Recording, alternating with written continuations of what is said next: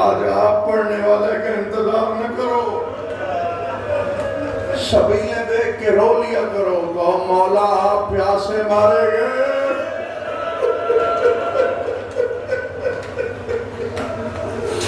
آپ کے لیے اسکر کے لیے پانی نہیں ملا، مولا حسین آپ دیکھیں ہم نے کتنا سبیلوں کا اہتمام کیا۔ کسی کو کھانا تقسیم کرتے ہوئے دیکھو تو رو لیا کرو کہ مولا آپ 3 دن کے بھوکے اور پیاسے، ادھر دیکھو ہم نے نیازیں بنائی ہے۔ کسی بی بی کے سر پہ چادر دیکھو تو رو لیا کرو، بی بی تیری چادر کربلا میں لوٹی گئی۔ لاپرواہی نہ کرو، آخری مجلس ہے، عشرے کی تو آخری مجلس ہے۔ کربلا کے غریب امام حسین علیہ السلام کی شہادت پڑھنے لگا ہوں، خدا گواہ جگر میں تاب نہیں ہے، ہمت نہیں ہے۔ مختصر لمحے جتنے میں حاضر ہوں، پرسہ دو اس بی بی کو جس کا ہاتھ پہلو پہ ہے۔